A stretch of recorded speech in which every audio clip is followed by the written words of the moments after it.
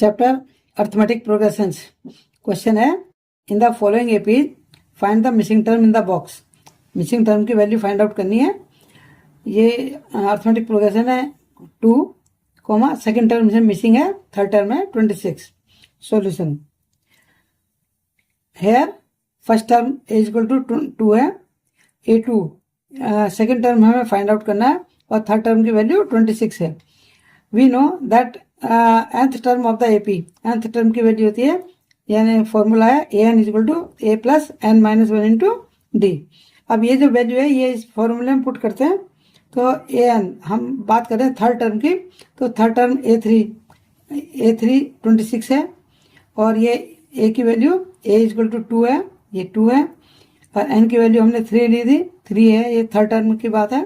तो 3 minus 1 into D, तो यहाँ से हमने डी कैलकुलेट किया, तो ये है हमारा 26 is equal to 2 plus 3 minus 1 into d, that is 2 plus 3 minus 1 2 हो गया, ये हो गया।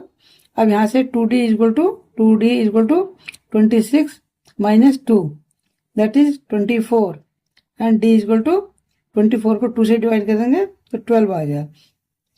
अब 10 अब A2 की वैल्यू होती है a plus d, A2 is equal to a plus d. a की वैल्यू थी हमारे 2 प्लस d की वैल्यू हमने कैलकुलेट की 12, तो ये आ गया 14।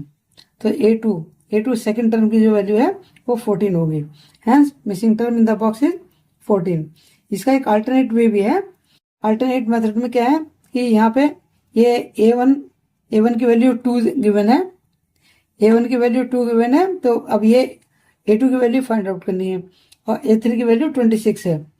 तो जो कॉन्जिक्यूटिव टर्म्स का डिफरेंस है, तो ये कॉन्जिक्यूटिव टर्म्स का डिफरेंस जो है वो कैलकुलेट करते हैं, इक्वेट कर देंगे। तो A2 माइनस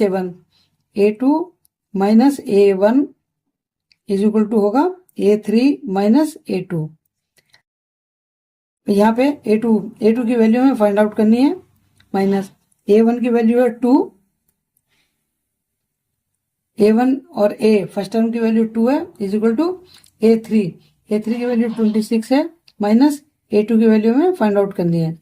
अब ये A2 लेफ्ट साइड ले जाएंगे तो ये होगा 2 into A2 is equal to ये 26 है और ये 2 राइट साइड ले जाएंगे, प्लस हो गया एंड दैट इज 28 और A2 की वैल्यू होगी 2 से डिवाइड कर दो तो ये होगी 14। तो यहाँ से हमें देयरफॉर ये A2 minus 2 equal to 26 minus A2 और ये A2 की वैल्यू आ गई 14। Therefore the missing term in the box is 14 और 2 मिसिंग टर्म के लिए लिखा हमने 14 इंटू 26, ये इसका आंसर है। And thanks for watching.